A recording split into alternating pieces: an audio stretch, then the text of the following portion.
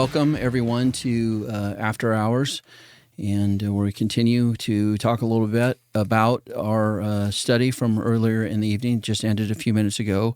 We're still in Galatians, and we missed actually last week, so it's good to get back into this. And I have with me here Trevor. Thank you for joining me here. You've done this before with me, right? I have done this once before. Okay. There. All right. Well, thank you for coming again.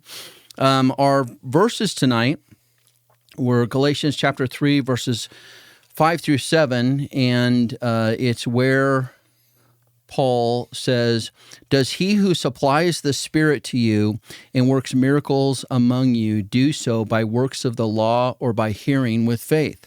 Just as Abraham believed God, and it was counted to him as righteousness." So we're in this section where Paul is kind of making this argument with these believers. At some level, they've embraced the idea, because this false teaching has come into the church, that they need to kind of add to their faith some measure of works. And this is a false teaching that's kind of spreading. And so we're in the middle of this argument here where Paul is really kind of just reminding them, like, how were you saved in the beginning, right? And that's really what we covered. I think last session was when Paul was saying, did you receive the Spirit by works of the law or hearing with faith? He's asking them, like, well, how were you saved in the first place? Did you work for that, or was it by faith? And of course, the answer would be by faith.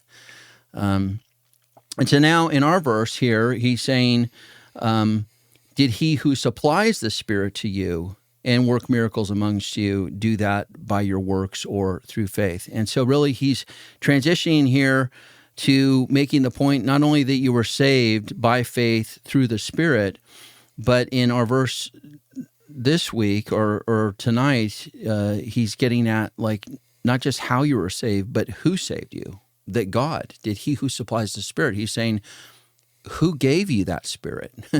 Who did miracles amongst you? And did that happen because of your good works or because of faith, right? And then he uses Abraham as an example. So that's kind of the context.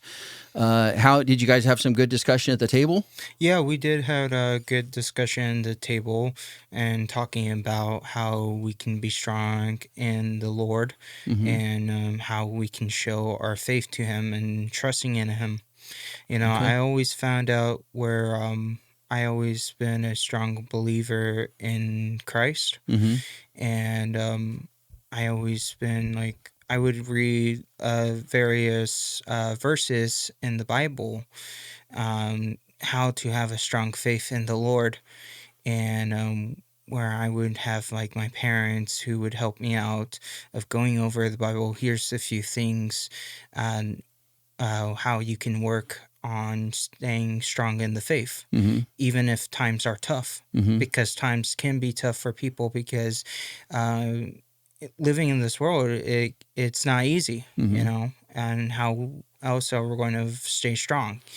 It's just more like by praying on a daily basis and maybe like reading our Bible like once a day, twice a day. It just really depends. And that's why I always felt like having a strong faith in the Lord is like by attending church, listening to the gospel, and what the message is. Okay, so you talked about kind of the disciplines, things that you can do to foster, grow your faith, to maintain your faith, keep your faith alive. One of the things that we were talking about tonight, kind of in this text, is the fact that Paul brings up not only who saved you, when he says, does he who supplied the Spirit to you, he's talking about the fact that God is the one that saved you, gave you the Spirit, and then he brings up the fact that he's also the one that did miracles amongst you, right? What is the significance? Because this gets back to what you're saying about fostering your faith and growing your faith. Why does Paul bring up the fact that God does miracles amongst you? How are miracles relevant to this argument that he's making about your faith and how you're saved? How is miracles tie into that? Do you guys talk about that at all? A little bit, how we were talking about miracles and spiritual, Mm-hmm. and how that ties in with us. Mm-hmm. And where like Paul is teaching is like how is God is giving us miracles, Mm-hmm. and it's where we would have a again strong faith Mm-hmm. in the Lord, Mm-hmm. and it's like by doing something in the Lord's work. Mm-hmm. Okay. All right. Yeah. So I think like what you just said there Mm-hmm. about, like having faith, that this is kind of an interesting place that Paul brings in the concept that God not only gave you the Spirit, which is synonymous with saving you, but also the one that did miracles. And why are those two things relevant here is because really, and this is what we talked about and tonight, was the fact that our salvation is a miracle. It's a miracle, right? We sometimes don't think about it that way, or we think about parts of our salvation as a miracle. We've talked a lot about the fact that like our salvation, we were justified. That's happened in the past. That's when we were declared right before God. In the future, we will be glorified. This is where we'll be transformed into our eternal state. And in between those two times, justification and glorification, is the time that we're sanctified, that we're being progressed in our faith and being progressively conformed to the image of Christ. And so a lot of times we think about the fact that justification was a miracle and glorification is certainly a miracle. We can't work for those things. But that middle part of our salvation that we live in, the sanctification, is we are growing in our faith and in progressing in our holiness and being conformed to the image of Christ, that we go, well, that is a little bit less of a miracle. That's something I have to work for a little bit. And really what Paul is getting at here is, and this is the struggle of these believers, that maybe justification is by faith alone. I started by faith, but now growing in that faith and being sanctified is something that I do.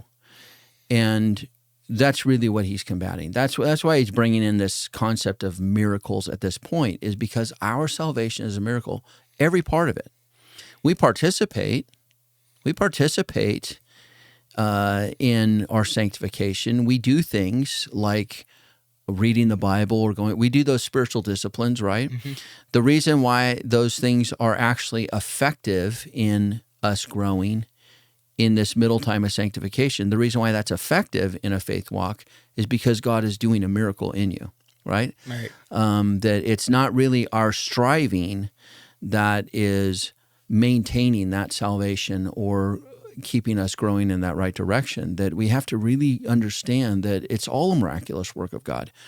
Even that middle part that we're participating in, it's a miraculous work of God, right? So, mm-hmm. I mean, you could study the Bible all you want. You could go to church all you want. You could pray all you want. If God wasn't in and through that event, it wouldn't actually help us, right?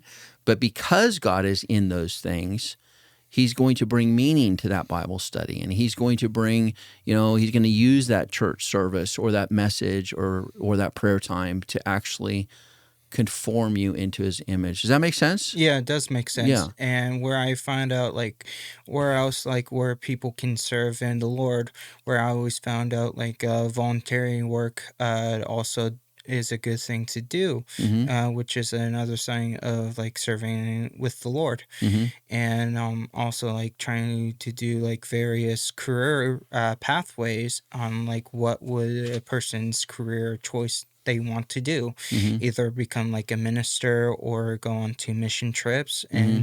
and more teaching the Lord's gospel. Mm-hmm. Okay. Yeah. All right. Well, good stuff there. What when Paul makes this, when he asks this question, did God give you His Spirit and do miracles amongst you by works of the law, by hearing or by faith, or by works of the law, or by hearing and responding with faith?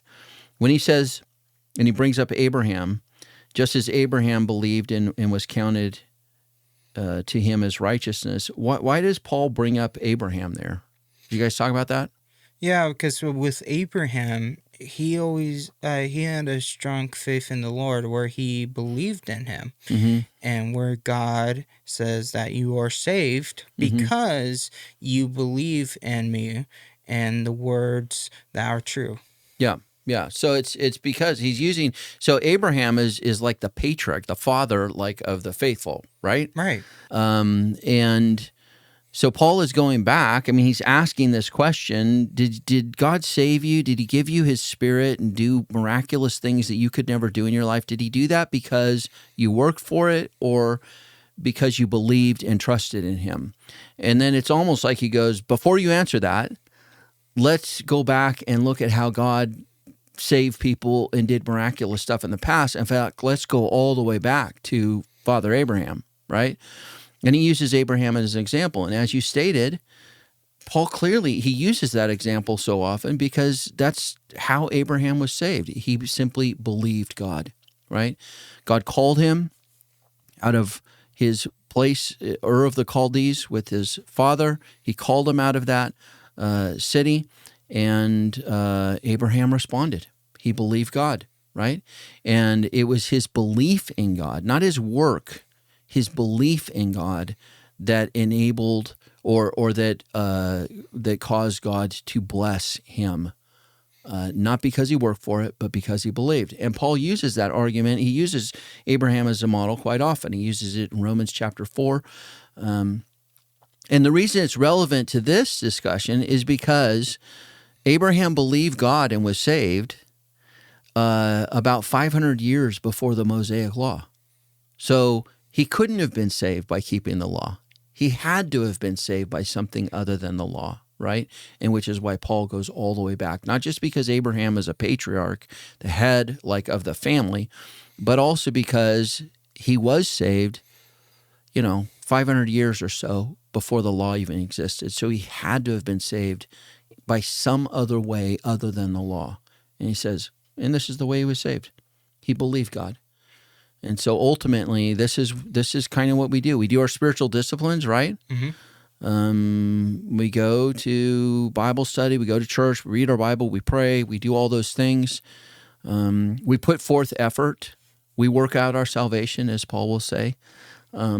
But the reason that works and we are conformed through those things is because God is working in us to cause those things to conform us to His image, right? It's a miracle.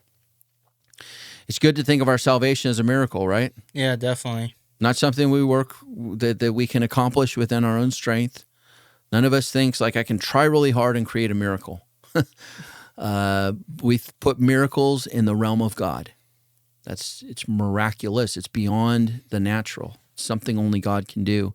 And it's good for us to be reminded salvation, the past part of it, the future part of it, and the present part of it. Justification, glorification, and sanctification. Salvation happens because God does a miraculous work in us, right? Right. Yeah. So that was a good good study, I think, tonight. Anything else that we talked about that you would find important or that you would want to bring up before we bring this short video to a close? Yeah. So I always feel like it's always important to, again, like, pray on a daily basis and try to use our Bible each day. Like, try to take like 10 or 15 minutes of our time to understanding the Lord's word. Because if a person, it's like, well, how do I trust in God, or what can I do to work in His faith? And all of that is in the Bible, Yeah. and it's like a guide for you, and where that guide is helping you how to be a strong believer. Right. Yeah. So He's Absolutely. not asking just take an hour of your time. Just take maybe 10, 15 minutes. And if you want to, just push it over the limit, like doing 20 or 30 minutes. Yeah. And how you feel. Yeah. Yeah, absolutely. Those spiritual disciplines, that's the way that God is going to work in your life, right? How do we know that we are saved by faith alone? we know that because it's written in the Bible, right? Right. And so you can be blessed by that truth, and you can live in that truth. And I can rest in the truth that this is a miracle that God does in the lives of people that believe, not people that work for it. How do I know that and rest in that? It's because we read it in God's truth.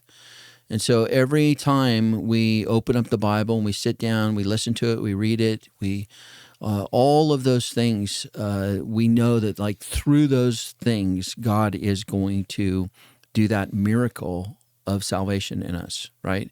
It's not just that we're saved in the past, but the miracle of transforming us through this life and carrying us to the next. That happens through those spiritual disciplines because God is working in those things, right? Right. So, yeah, absolutely. I would agree with that. Very important that we do that. And exciting that we can come to those things. We can come to Bible study. We can come to church knowing that it's more than just a Bible study or going to church, that we are coming to those things knowing that it's in those things that God is going to do this miraculous work in us to conform us to his image, right? Mm-hmm. So that's good word. Anything else before we close? No, that's pretty much it. All right. Well, thank you for joining me here. Good discussion.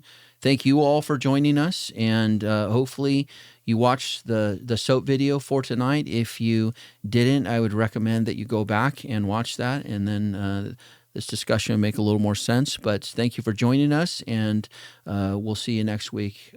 Have a good week.